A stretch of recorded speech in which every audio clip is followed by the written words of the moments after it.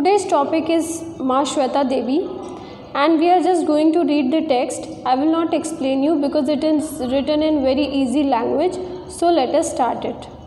Mahashweta Devi was born in 1926 in pre-partition India. Her birthplace Dhaka is now in Bangladesh. Her father Manish Khatak was a famous literary figure of that time.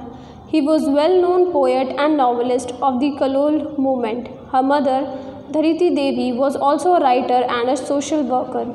After the partition of India, Mahashweta moved to West Bengal in India. Having finished an MA in English at Calcutta University in 1947, she married renowned playwright Bijon Bhattacharya. In 1962, she married author Asit Gupta after divorcing Bhattacharya.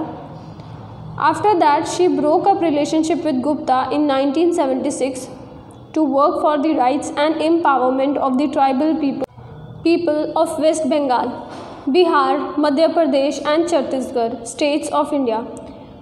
On 23 July 2016, Devi suffered a major heart attack and died in Calcutta on 28 July 2016, aged 90.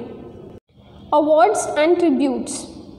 She was honored with the Sahitya Akademi Award in Bengali, Gyan Award and Ramon Magsaysay Award along with Padma Shri and Padma Vibhushan. On her death, Mamata Banerjee, Chief Minister of West Bengal, remarked, India has lost a great writer, Bengal has lost a glorious mother. Prime Minister Narendra Modi remarked, Mahashweta Devi wonderfully illustrated the might of the pen, a voice of compassion, equality and justice. She leaves us deeply saddened.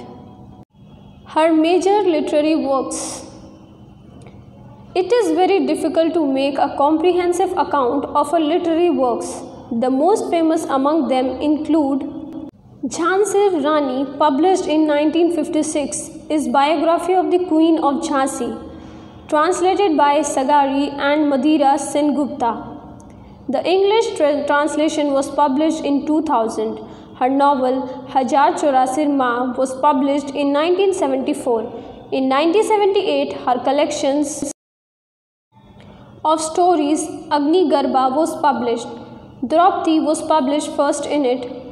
In 1978, her collections of stories Murti and Niriti Megh were published.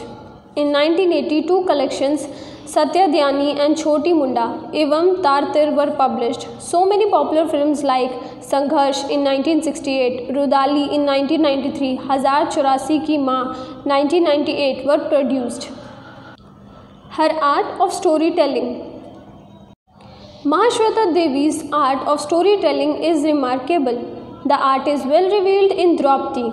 The title itself suggests the theme of the story Draupadi of the epic. Mahabharata is well-known mythological character that is marked for having 5 husbands.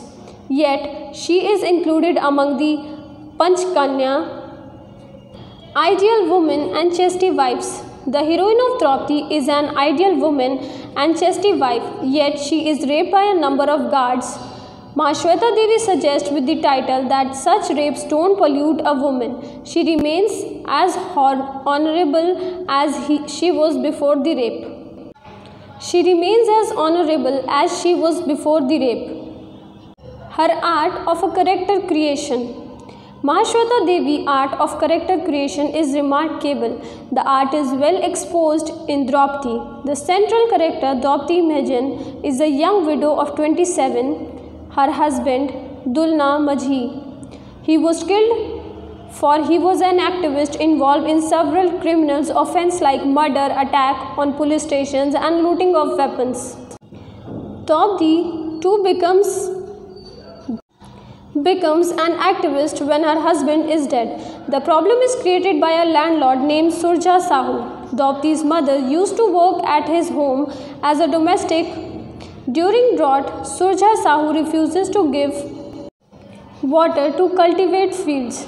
Besides, Surja wishes to seduce Draupadi. It leads to Dulna Majhi attack on the landlord. Surja Sahu is killed. Captain Arjun Singh is in charge of the force and runs operation to the end activism but fails. Dulna and Draupadi are not arrested for they are underground with the fake names Matang Majhi and Upi Mejan. Her art of plot construction. Mahashweta Devi's art of plot construction is remarkable. The art is well exposed in Draupadi. The story runs in a flashback. Two soldiers appear talking about past incidents related to activism and Draupadi participation in them. Mr.